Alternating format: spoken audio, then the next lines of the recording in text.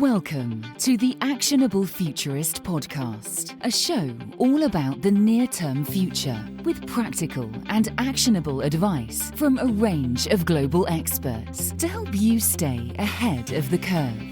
Every episode answers the question, what's the future of? With voices and opinions that need to be heard. Your host is international keynote speaker and actionable futurist Andrew Grill. An area I haven't covered on the podcast to date, but is an important and evolving space, is that of self-sovereign or distributed identity. To dive deeper into this topic, I'm delighted to have on today's show a former colleague of mine, Marie Wallace, who I work with at IBM. She's now Managing Director, Digital Identity Lead at Accenture. Welcome, Marie. Hi, Andrew. It's lovely to be here. It's so good to see you again. We're not in the same room, but I always enjoyed our conversations at IBM about data and social and all things in life. So this is a fascinating topic.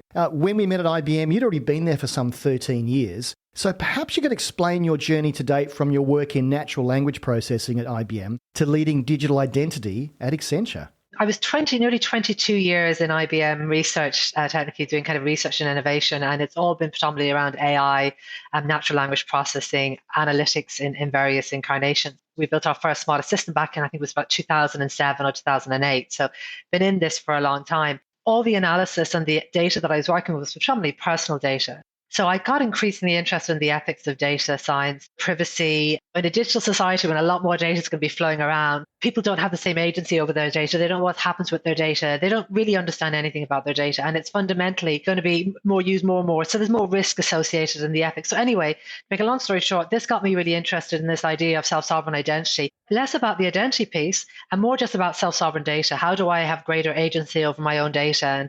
And that's really what got me into this space. And then in the last probably 6 years, I built something called the IBM Digital Health Pass when I was at IBM, which was used as the Excelsior Pass in New York during COVID. And then subsequently did a variety of different projects.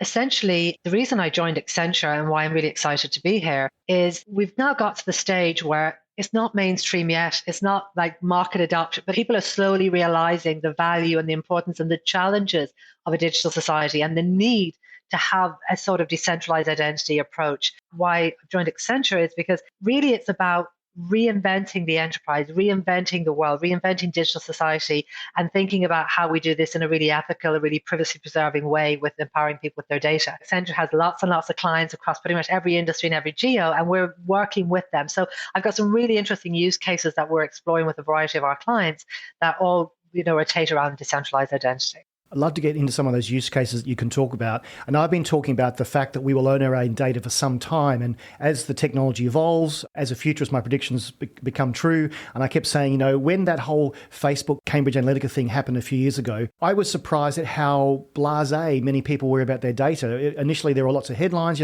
oh my goodness, they did this with our data. And now it's kind of fallen back and people, I think, have sort of forgotten about the amount of data they have out there. I want to own my own data, but there are challenges around that. And SSI will help solve that. How do you explain SSI to my mum? And on your blog and a number of colleagues you've been talking with on LinkedIn, you talked about SSI with the example of streaming music like Spotify or Napster. You coined the phrase streaming trust. So maybe using that as an analogy, how does self-sovereign identity work using that analogy? If we think about the music industry, there's a few things that are interesting. One, we all remember, the older of us remember, some of the younger ones maybe don't, but we remember buying big stacks of CDs and you'd have a big CD case in your living room with all the CDs that you'd bought. And then if you wanted to have a dinner party, you'd have to take out a CD and put it in. So you bought all the data, all the songs, even though there was maybe only 3 or 4 songs or maybe on the CD you might want to listen, and you might listen to them not that often.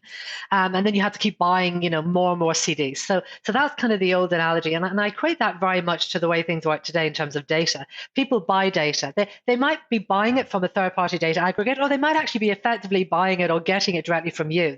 They ask for a stack of data, and then they stick that stack of data in a big MDM somewhere, and then they have to manage security and risk of data theft. And so they have all the costs, the same way we did, of managing a big stack of data. What streaming did for music was allow people to say, I don't need to own any songs. I don't need to have stacks of CDs. But what I can do is I can get the song when I need to. So when I'm sitting down for dinner, I can say, this is the song I need. And you basically pay on demand. So that was basically the model. And we all remember the content battles that content providers did not want to go down this route. And what happened is they went out of business and a new generation of companies came around that really took advantage of the streaming model. And I think this is the same thing with data. If we take a very simple analogy, we're doing some really interesting work around the kind of worker credentialing. And let's just take the simple analogy. Back in February, I joined Accenture and I had to go through the onboarding process. And what you do today with onboarding, you have to have proof of prior employment. So you've a letter proving you worked for a specific company. You've got your transcript, or you basically tell them, you self-attest you got a degree from this college. And so all this data, you provide them photocopies or you self-attest. And then they either themselves go or they have to pay a third party to go verify all that data, go to the college.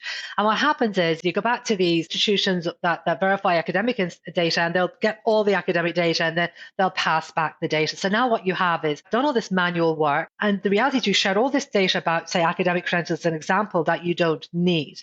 Now, what we're proposing is with a verifiable credential, when I qualify, or when I work for a company, I get proof of employment. When I leave it, I still have proof of employment, but it's just expired. The date of employment was this date and this date. When I then want to get a new job, I just have to exchange verifiable credentials. It happens as I need it. The receiving company, Accenture, doesn't even need to store. They can record the record, but they don't need to store all the data. They only need to store the minimum amount of information they needed to complete the transaction, which was to hire Marie and to make her a permanent employee. So it completely changes the dynamics, both in terms of the user experience, how easy and quick it is to onboard with a company or to get a new credit card or whatever the process might be, the minimum data that the receiving company actually really needs to hold. Because as one other example I'll give, which I always think is a really nice one, is your address. People's addresses change all the time. Why do banks need to store addresses? The only time they need the address is when they want to send you a letter, which they should be able to send a quick proof request, check your address, and then send you your letter if they have to physically send you a letter. So there's all this data we're holding on to that we don't need to be. And that's really how I equate music to this kind of streaming data and streaming trust. We get the data on demand when we need it. And it's a whole different business model. There's a recent example where this went horribly wrong in Australia. One of my former employers, Optus, had a data breach. And people then realised that Optus had been storing their full driver's licence. Now, in your world, if you then, the driver's licence verification here in the UK, it's the DVLA, you basically have to say, do you have a valid driver's licence and are the credentials correct, yes or no? It's almost a flag. What people were surprised about is that Optus had stored the full driver's licence number and everything else. And of course, when that was compromised, people's driver's licences were exposed.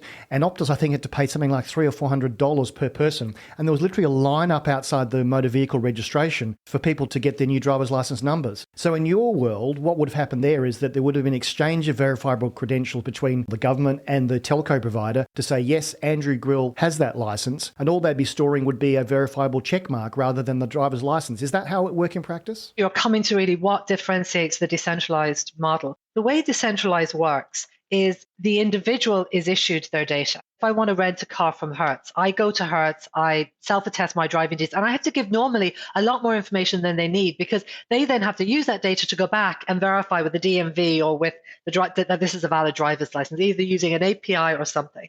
So I give a load of data and then they have to go verify. And then I have to give consent so that they can consent to share the data. So you get all this palaver of consent and security and privacy because these two companies are sharing your data. Whereas in the self-sovereign identity world, they don't talk to each other at all. It's not the business of the DMV whether I'm renting a car at Hertz. So the DMV issue me my driver's license, and I have my driver's license in my wallet as a cryptographically verifiable document. And I then in turn share that directly with Hertz as an example, as a proof exchange. And what Hertz store may just be, yes, the proof exchange was successful. So they might, for example, before you can rent the car, they might need you to prove that you are who you say you are. So proof of identity, proof of a driver's license, and maybe it might even be proof of insurance if you can use your insurance. You respond to 3 proofs and then they give you your car. So it could be as simple as that moving forward. But the person is the agent that does the exchange of data, not 2 organizations sending your data back and forth without your visibility. I hold the credentials. How can you trust that the credentials I hold are real and verifiable? And who trusts the trust provider? Or is that an unfair question? It's actually the nub of the question, to be honest with you, Andrew. So I think there's a couple of things. Somebody once said to me, they're really surprised Accenture was interested in this because isn't this like anarchy? So no, because there still is trusted issuers. There still is the DMV issuing drivers. I mean, that fundamentally doesn't change. The DMV, as an example, is issuing a cryptographically signed document using their private key that nobody else has to Marie DMV. So none of the data elements within that document can be changed because otherwise the verification will. So that's one protection. The other critical thing is, how does the DMV know that it's issuing the data to indeed Marie Wallace?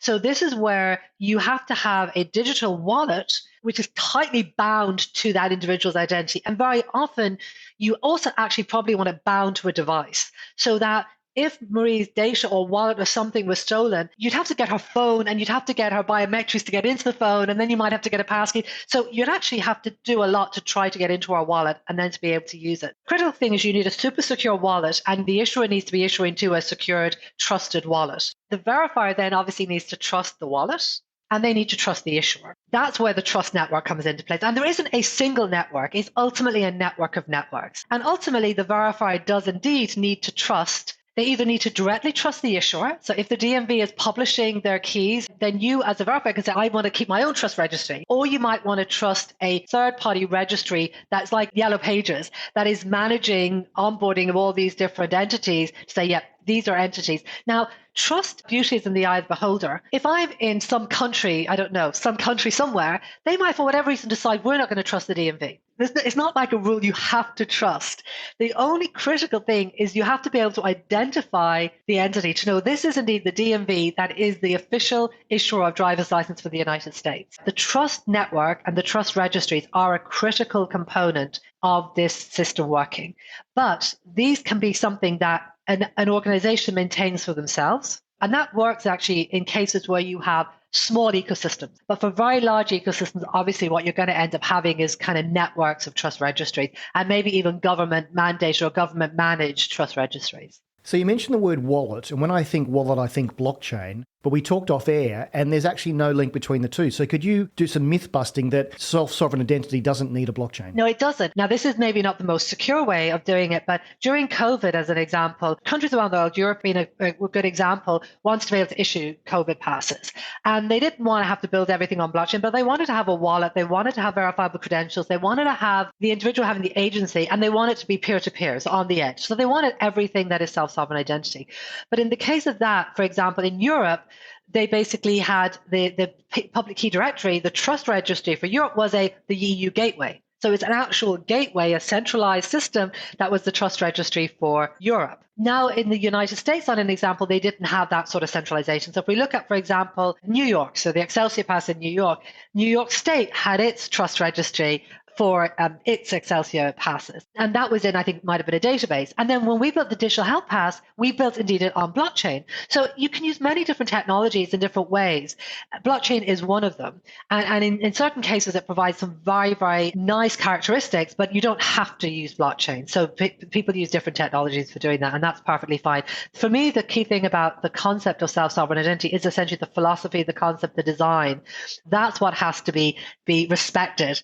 So for a while now, I've been talking about the concept of tokens, and I've been using the example of a blue tick against the roles of my LinkedIn profile. So you know that I did actually work at IBM in the roles I had from 2013 to 2017. So let's look at how that would work in practice. I understand the whole trust network, but IBM would have to be able to issue a credential to me or to LinkedIn, and LinkedIn would have to verify that. How would that work in practice? And what's the incentive for LinkedIn or me or IBM to even offer that service? Funny that you should mention that, because this is actually something that we're really in the process of exploring here within Accenture. I've had some interesting conversations with a number of our clients over the last month. The incentives around releasing individuals' data to them, respecting your customers. And there's a surprising amount of interest from the companies I speak with releasing data to their customers for a number of different reasons. One is they want to minimize the footprint of PII that they're holding. So there's the risk element. They don't want to be holding a load of data about you that they don't need to be holding. So there's a really attractive about you having more and more autonomy over your own data. There's a real differentiation if you're a company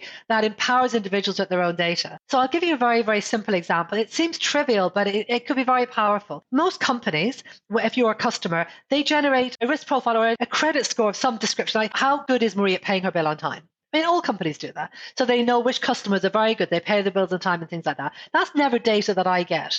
Just imagine if the company released it to me. So then if I'm renting an apartment and they want to, will I pay? I can say, well, I can prove, that my local telecom provider or the electricity supply board or whatever, here's to verify that I've always paid my bill on time. That's a very simple example of the incentive to the individual is this is a company I do business with that is giving me value in and above the service that they're also giving me. When I was in IBM, Ginny Rometty quoted as data is the new currency, or data is the fuel that's going to drive our economies.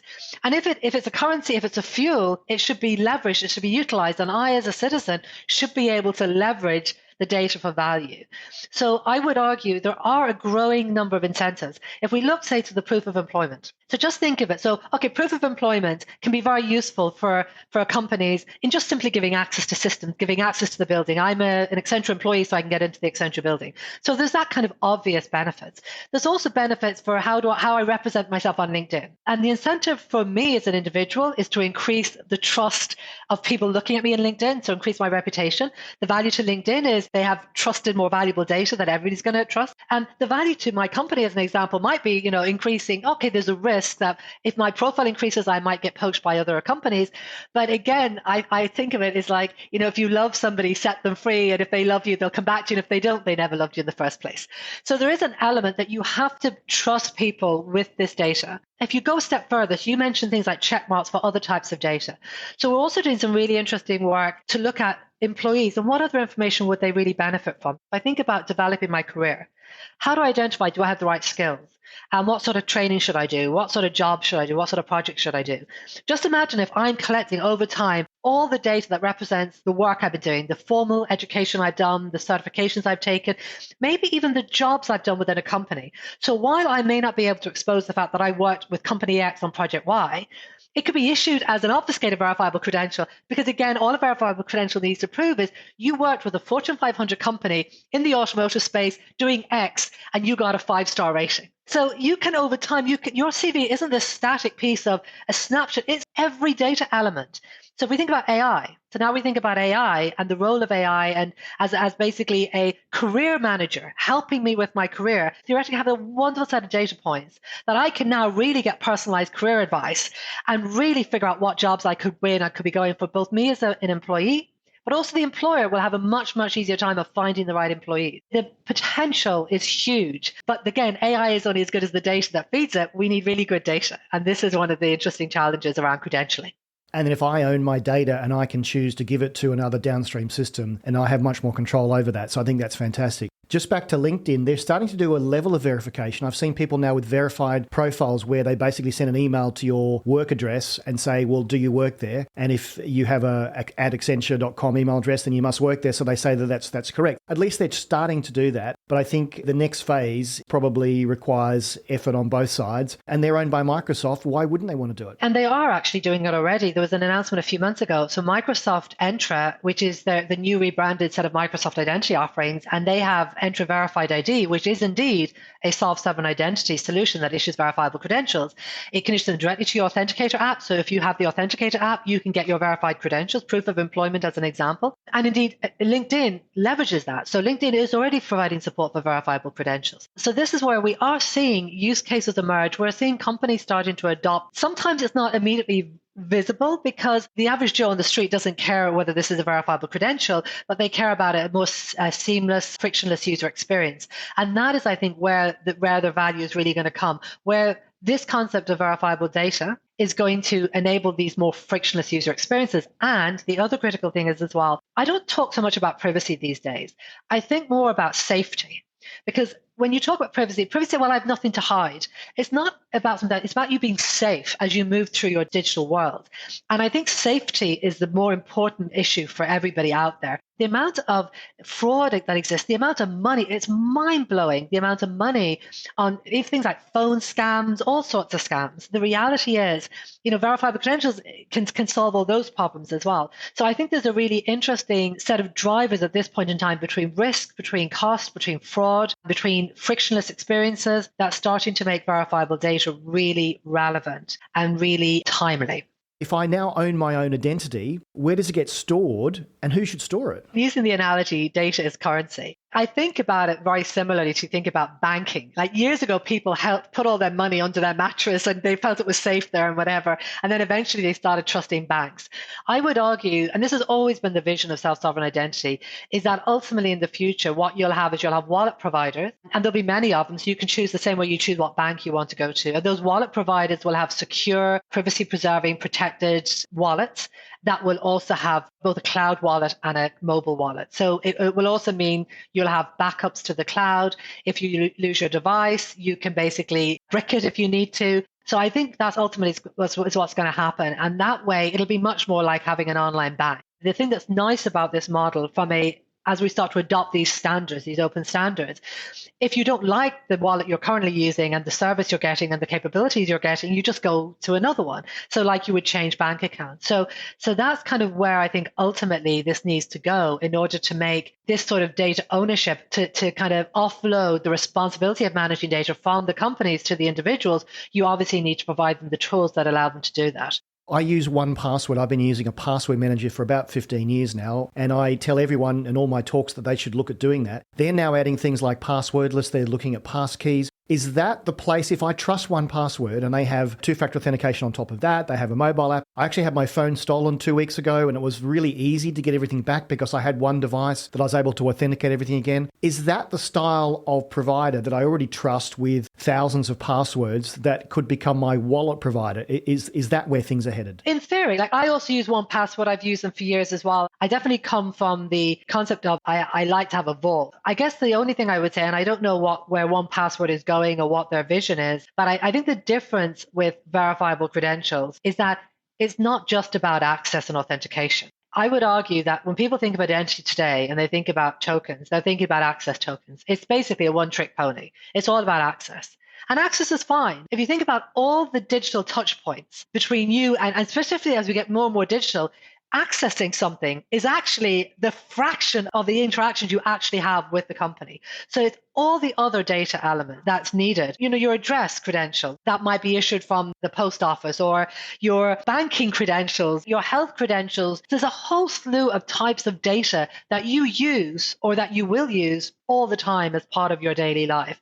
And being able to make that super frictionless, the exchange of that, either not necessarily the exchange of the data, but it might be just exchange proof requests. I'm ordering food on a menu. You know, how do I make sure that I'm not allergic to anything on that menu? Your phone has the allergies that you have, and it basically strips out, marks up the allergies. Like that's not a difficult thing to do. You don't want to share your health data with the retailer. The data's on your device, and then you can basically have this personalized user experience directly on your device. The really interesting thing I think about self-sovereign identity is it's a philosophy, it's a concept, but it's also a bit of a head mind map, it's a bit of a head wrecker for people, because you have to flip your perspective of the world on its head. You have to look at things completely differently. But once people do, then you start seeing all these really exciting use cases. But it requires a bit of a head flip for you to kind of see the use cases. They're not necessarily evident. Give me some tangible examples where this is working already and other companies can say, oh, we can do that too. Obviously, we know about government IDs. We know about EU, EIDAS, for example. Europe is going to be issuing digital wallet to every citizen end of 2024, 2025, and everybody will have digital IDs, which will be verifiable credential. So we know kind of governments are starting to do this. There's a couple of areas that I think are really interesting. I mean, there's many areas, but come back to the worker example.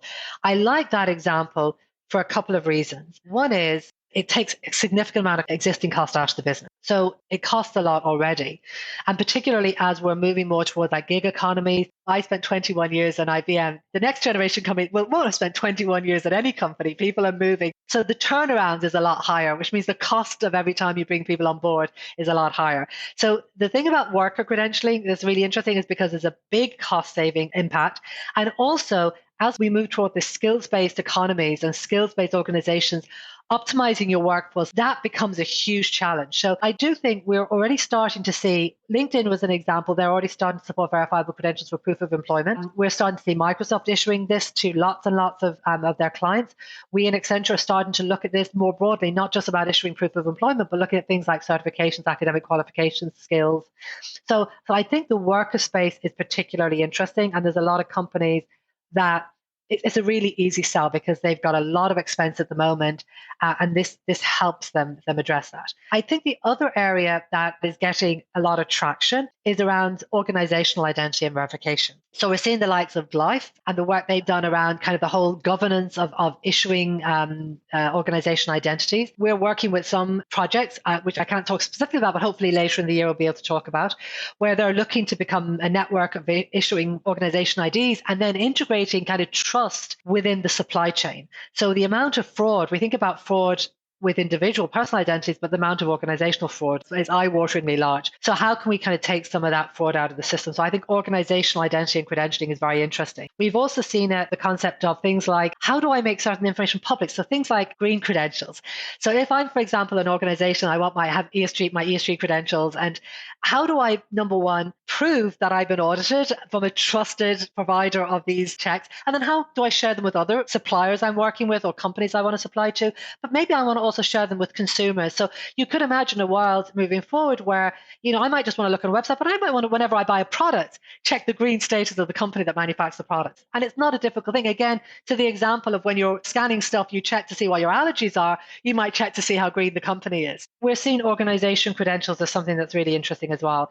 And then there's a whole slew of things around the hospitality sector. How do we make the whole travel experience kind of more seamless and touchless? That's the key thing. So those are some of the use cases that we're seeing a lot of interest in. Where does it play a part in decentralized identity, and what are some typical use cases, and what are you seeing the opportunity for AI right now? I've worked in it for 20 odd years. There's so many different use cases of AI. When I think specifically about identity and verifiable credentials, I know there's been a lot of hype about ChatGPT, and it is very impressive. But at the end of the day, garbage in, garbage out. If you want highly specialized recommendation and analysis and matching or whatever to understand something about an individual, data in, data out. So the more reliable, trustworthy data and the more data elements you can bring into the algorithm, particularly because they can now handle a huge amount of data and they can now handle a huge amount of complexity, the more data you give it, the better results you're going to get out the other side. I think the credentialing is interesting on two fronts. Number one is it releases more and more data to the individual. So it actually generates more data because there's a lot of data but it's sitting in silos. So if you think about, the example I gave, companies might have your credit score, whatever, and they have it in a system, or LinkedIn has a bucket load of God only knows what data about us, and Facebook, all these companies have a lot of information about us. But just imagine if that data was released to us in a way that we can use. So it becomes usable data for us. So that then obviously could feed potentially AI. Now, the other thing that's interesting about the verified credential self-sovereign identity is that how we share that data with AI engine, again, is putting us more in the driving seat.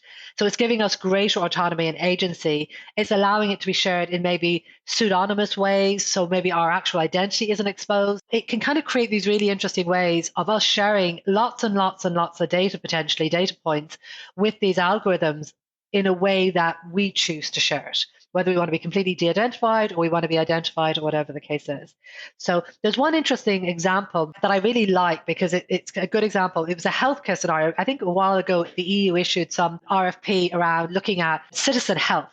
And it's a really interesting example because it's this incremental idea that I might incrementally be sharing some information about myself anonymously for the purposes of getting health recommendations and really targeted. You need to think about this diet, or maybe you should be on this drug, or whatever the case is, you get some. But at some point in time, the engine maybe recognizes something concerning. So now it wants you to go see a doctor. So now there's going to have to be some identification. But what is this incremental identification? You can be completely anonymous to start with. You can use these algorithms completely anonymously. If they share something important that you maybe want to identify yourself, then you can choose to incrementally do that. So I think verified credentials just gives you a lot of flexibility in terms of how you're sharing the data. It's not a magic wand. There still is going to be a lot of issues around ethics. That goes without saying. I think empowering people with their own data and making companies kind of putting pressure on companies to release your data back to you, I think is really important. And I do think it actually has an interesting positive side effect on the ethics of AI. Just one quick example. Just imagine if all the insights that a company generates about you, they had to release to you. Like, I feel really uncomfortable that a company knows more about me than I know about myself. That doesn't sit right with me. So fine, they can use the data, but they have to tell me. And the thing that's interesting about that is it would actually be a self-managing cycle, because if I have to tell an individual I'm targeting them because I know they're easy to manipulate, And I have to tell them, oh, the reason you're getting this is all of a sudden they're going to have to be careful about, do I actually want to use that property? Do I want to generate that? Because I'm going to have to tell somebody I'm doing that. So even if you don't tell them the algorithms, it really is a self. So I do think there's a really interesting benefit of transparency and giving people more of their data.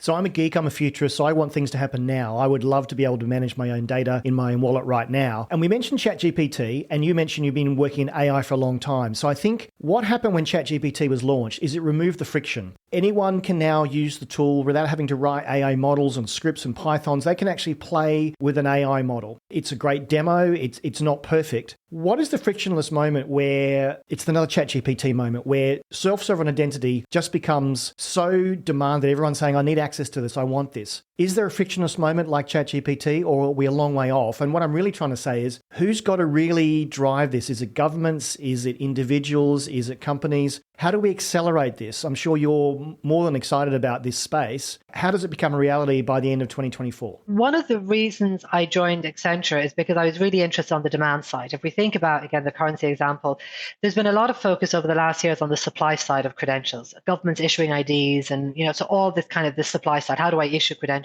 Obviously, nobody gets up in the morning and says, I'd love a wallet with a load of data in it. What you do is you need it because you need to solve a particular business problem. I think the demand side is what's going to drive it. And that's where the frictionless user experiences come in. So, for example, it might be, the telecom providers introduce this into their system. And whenever you make a telephone call or you receive a call, you receive a text message, you can see the little green check mark to see, is this really my bank or is this somebody pretending to be my bank? So you could start to kind of get rid of trillions of dollars worth of fraud out of the system.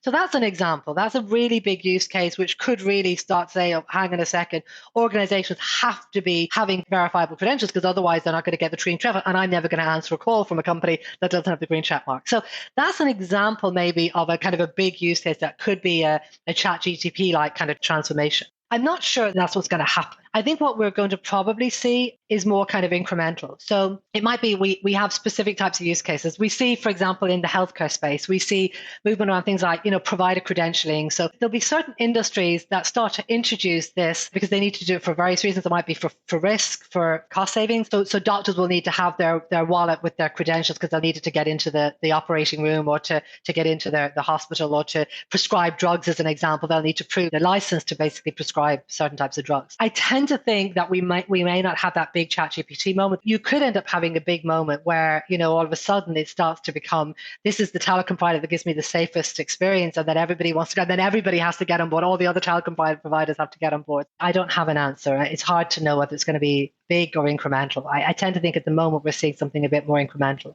What are you seeing as the biggest challenges in a decentralized identity world? The biggest challenge is probably the very fact that it's decentralized means you have multiple parties participating.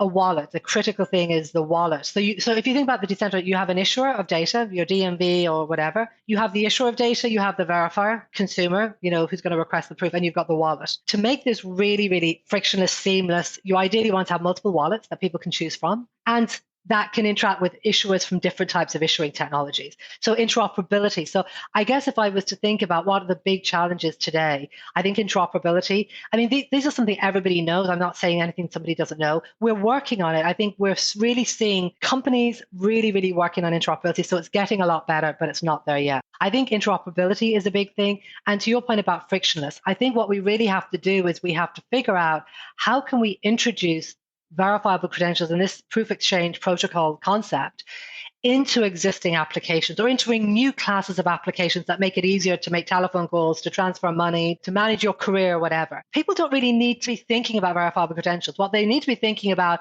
how quickly they can apply for a job or find a job. That's sort of, I think, where we need to get to. I'm kind of excited by the next year. As I said, there's a lot going on. It's not clear which use case is going to end up being the killer use case. Watch this channel. I want to control my own data. What are the first steps I should take? I guess my call out to people will be slightly different. I think one is to your point, I definitely use a password vault. I just think that's just basic housekeeping. Everybody should be using a password vault or some description to manage their passwords because you don't want identity fraud. That's a big thing. But I think my bigger call out really to people in general would be to start to care about your data. and to start to push back, because for us to make this really happen, to allow people to be empowered with their data, obviously we want to have the use cases so companies will benefit from it. They might benefit from revenue generation, cost saving, risk mitigation. It might be these new frictionless experiences that will help them get more clients. It needs to be a bottom up as well. The consumer needs to say, well, hang on a second, I want my data. I want to know more about what these companies know about me. I want to be able to have a frictionless experience when I rent a car or when I get a job or when I go to the bank. I've forgotten why I haven't replaced my credit card in 20 odd years, because it's worse than getting teeth extracted from the dentist. It was painful, the amount of checks or whatever that have to happen. There's no reason why that should have to happen in today's world. So I think we need to see consumers putting more and more pressure on the companies that they work with to have a grassroots movement around self-sovereign identity. And also putting a value on our data. We don't actually understand how much it's worth. Years ago, I used to put up a cartoon in my talks that showed the value we had to people in terms of advertising revenue. And it was in hundreds of dollars or pounds. And you often think, well, why don't I get a cut of that if you're making all this money out of my data? To your point, I want some of my data back. I want the enriched data back that I can then use in other systems. And now we've had that ChatGPT moment. We can now plug in our data to AI to make it useful and make our lives much easier. So I think people are going to say, maybe ChatGPT has done more than we think. It's that watershed moment where now AI can do things for us, but we need the right data and we need our own data. And now it's available on a platter if people make it easy for us to access it. Having people more data literate and caring about their identity and their safety. So we stopped the conversation yesterday about privacy, but make it about safety. I want to be safe in the world. So I don't want my data filtering out there and everybody and his grandmother knowing things about me so that they can steal my identity. So that's kind of my call out for people to start to care about this. So we're almost out of time, and we're up to my favorite part of the show, the quickfire round, when we learn more about our guests. iPhone or Android? Android. Window or aisle? Aisle. In the room or in the metaverse? I work from home, so I'm going to say in the metaverse. Your biggest hope for this year and next? That we see self-sovereign identity go mainstream. I wish that AI could do all of my meetings, particularly all my prep work and all my actions afterwards, like all that, the mess around meetings. That would save so much time for me. What's the app you use most on your phone? Google Maps. I couldn't find my way out of a paper bag. The best piece of advice you've ever received? Don't be afraid to fail. How do you want to be remembered? That I made our digital world a little bit safer. As this is the Actionable Futures podcast, what 3 actionable things should our audience do today when it comes to managing their own identity? I use 1Password, so I think managing your passwords is really, really important to think about that. To be just very alert and very aware when you're sharing data, when you're accepting these checkbox. I mean, I'm the worst in the world for accepting, things without necessarily reading the fine print, but at least be a little bit aware. Even if you don't read all the fine print, just be conscious of every time you're sharing data, because that data, if it's with a company you're not familiar with, it can be used potentially for questionable things, including stealing your identity if you're not careful. Maria, fascinating chat about a really interesting topic. How can people find out more about you and your work? I'm on LinkedIn. You'll be able to find me there. I tend to blog. I have a blog, allthingsanalytics.com. That's from my analytics days, but I still kept the URL, so allthingsanalytics.com is me. Come to my blog, connect with me on LinkedIn, follow me. I talk about this quite a lot, and I'll be continuing to share more over the next year. Great to connect with you again. I've always enjoyed our discussions. I really enjoyed this one today. Thank you so much for your time. Thank you, Andrew. It was great chatting with you again. Thank you for listening to the Actionable Futurist podcast. You can find all of our previous shows at actionablefuturist.com. And if you like what you've heard on the show, please consider subscribing via your favorite podcast app so you never miss an episode. You can find out more about Andrew and how he helps corporates navigate a disruptive digital world with keynote speeches and C-suite workshops delivered in person or virtually at actionablefuturist.com. Until next time, this has been the Actionable Futurist podcast.